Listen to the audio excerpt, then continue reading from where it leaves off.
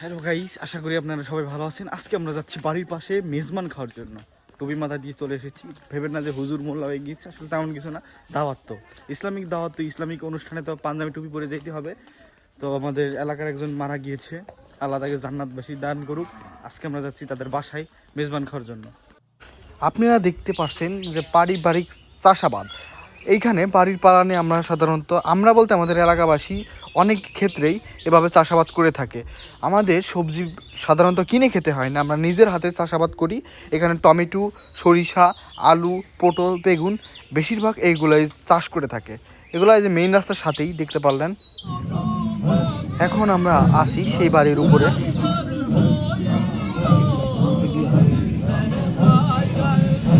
তারা আট্টশির মুরিদ, এই জন্য আট্টশির জিকির করছে।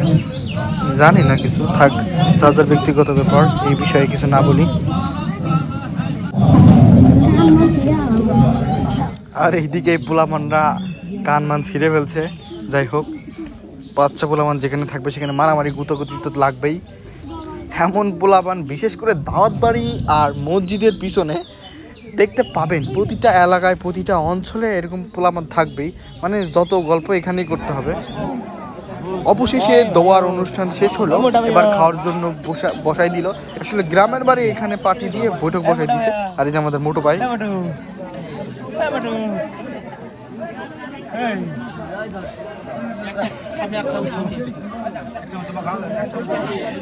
লজ্জা পায় গেছে। অবশেষে আমরা পেয়ে গেলাম খিচুড়ি। ওর হাতে খালি প্লেট, আমার হাতে খিচুড়ি। খাইতে খাইতে পেট মোটা হয়ে এখন জমতেছে আস্তে আস্তে আমাদের ভুঁড়ি। এই যে দেখতে পারলেন, বেটা ওরে না দিই দৌড় দিয়েছিল।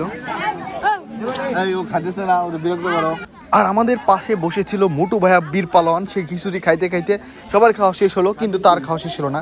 সবাই দেখেন তা কি হা করে তার দিকে তাকাইছিল। আহারে বেচারা, ও কারোর দিক না তাকায় খাইতেই এসে একে বলে খাওয়া। আসলে দাওয়াত বাড়ি গেলে এভাবেই খাইতে হবে।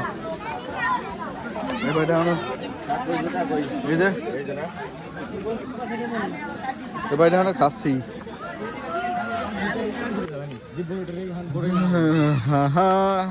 এ আব্বাস খান, হাই, হ্যালো।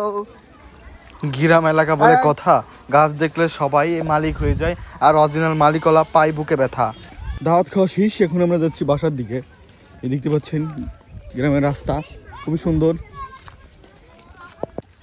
মিষ্টি রোদ গায়ে লাগিয়ে মাঠ দিয়ে গুটি গুটি পায়ে হেঁটে যাচ্ছি আমরা। অবশেষে আমাদের খাওয়া দাওয়া শেষ, এখন আমরা যাচ্ছি বাসার দিকে। রাস্তা থেকে আমরা মাঠ দিয়ে বাসায় যাচ্ছি। আর এখন আমরা হাত ধুই নাই, কারণ বাসায় গিয়ে হাত ধোবো। আসলে গ্রামের জীবন যাত্রা খুবই অসাধারণ। দেখতে পাচ্ছেন যে এখন শীতের কাল আমরা খাওয়া দাওয়া করে এখন মাঠ দিয়ে বাসার দিকে যাচ্ছি। এই যে চারিদিকে মাঠ, খুবই সুন্দর। আমরা গ্রামে সবাই মিলেমিশে থাকি, কখনো মারামারি কিলাকিলি ঝামেলা এগুলো কখনো হয় না। আমাদের রাস্তা দেখতে পাচ্ছেন, বাগান। আসলে গ্রামের রাস্তার সাইড দিয়ে বাগান করা। তারপরে আমাদের এই যে কৃষি ক্ষেত, মানে কৃষি জমি যেখানে চাষাবাদ করে, বাগান থেকে একটু নিচে থাকে। বাগানের মাঝখান দিয়ে রাস্তা। যদি কখনো ড্রোন উড়ানো সম্ভব হয়, আর যদি কখনো কিনি, তাহলে দেখাবো যে বাগানের মাঝখান দিয়ে রাস্তা থাকলে কত সুন্দর দেখা যায় রাস্তাগুলা। আর একটা মজার কাহিনী বলতেছি, যে আমাদের গ্রামে একজন আছে, সেখানে দাওয়াত পাইলে তার মানে এত খুশি হয়, মনে হয় যে সারাক্ষণ তার মানে সঙ্গে ঈদ লেগে আছে, এত খুশি হয়। আর সে আজকে বাসায় নাই, তো আমরা খাওয়া দাওয়া করছি, আজকে ছবি তুলে নিয়ে আসছি। আজকে রান্নাটা অনেক ভালো আসছিল, মাংস বেশি ছিল। তাকে যদি দেখাই, সে কী রিয়াকশন দেখাবে জানি না, দেখাতে পারবো কি না, কখন বাসায় আসবে সে জানে না। সে দাওয়াত পেলে কখনো মিস করে না। যদি স্কুল থাকে, স্কুল বাদ দিয়ে দাওয়াতে চলে আসতো, কিন্তু তার কপাল খারাপ যে আজকে সে জানে না যে আজকে দাওয়াত ছিল। পেঁয়াজ ক্ষেতের মধ্যে ছাগল বাইতে থুয়ে চলে যায়। আজকে আমাদের গ্রামে দু একজনের এমন অবস্থা, কিন্তু তারই ক্ষেত এটা। এই যে নিজের ক্ষেতে নিজের গরুতে খাওয়ায়, তার অনেক উন্নত, মানে অনেক উন্নতি করতে পারবে। দেখতে দেখতে চলে আসলাম আমাদের বাসায়।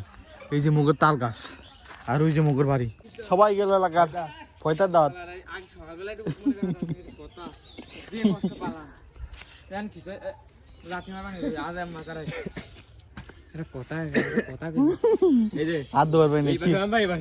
খিচুড়ি ও মেলাটি গোস্ত পাচ্ছিল, কাছে খাবি গা।